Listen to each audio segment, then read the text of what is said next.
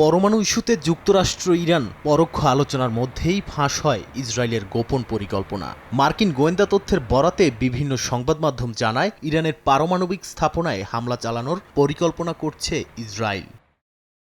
এরই জেরে স্থানীয় সময় সোমবার এক সামরিক অনুষ্ঠানে ইরানের সেনাপ্রধান major general Abdur Rahim Musavi বলেন, ইসরায়েল অতটাও শক্তিশালী নয় যে ইরানের মর্যাদায় আঘাত করতে পারে, আর ইরান এমন এক শক্তি যারা চাইলে ইসরায়েল ও তার পৃষ্ঠপোষকদের ভয়াবহ পরিস্থিতি তৈরি করতে পারে।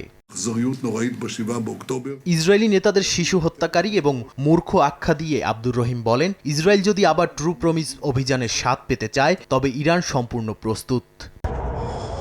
গত বছর ট্রু প্রমিস 1 ও 2 অভিযানে ইরান শত শত ব্যালিস্টিক ক্ষেপণাস্ত্র ও ড্রোন ব্যবহার করে ইসরায়েলের সামরিক ও গোয়েন্দা স্থাপনায় হামলা চালায়। দেশটির দাবি, তখন ইরানের মোট সামরিক শক্তির মাত্র 1/4 ব্যবহার করা হয়েছিল।